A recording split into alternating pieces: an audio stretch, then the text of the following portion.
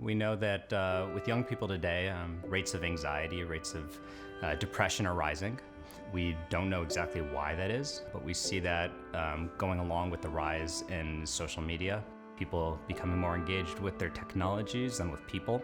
A person with depression could have low energy. You could see poor concentration. I mean, that's something that overlaps with anxiety as well, an inability to follow through and finish projects that a person starts. There can be appetite changes, both in anxiety and depression, where a person will either not eat a lot or they'll eat more than they would typically eat. What might have started in feelings of sadness and hopelessness and worthlessness leads a person to having anxiety about, who am I? What's my place in the world? Do people love me? Will I be accepted?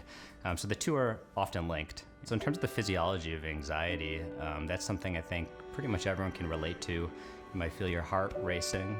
You might feel your breathing going more quickly. You might have some queasiness in your stomach. You might feel a little lightheaded in your head. These are the normal things that the body does when the mind gets anxious. And in psychiatry, when we decide to treat someone, it's because what they're feeling is causing some impairment in their life.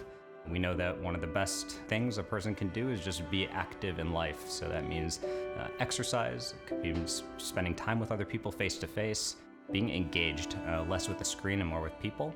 But a lot of young people feel like they have to be perfect at everything. Not a lot of room for error. Sometimes the goal is to win in a sports championship. Other times it could be to get into college and get certain grades. When people are trying to live up to a certain standard, people can become very critical of themselves, and that's normal.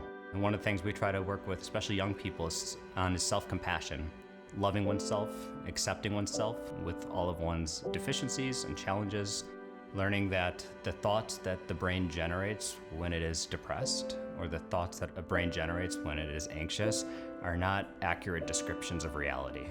So the thoughts are real, and the experience of having them is real, but the trick is to learn how to not take them too seriously.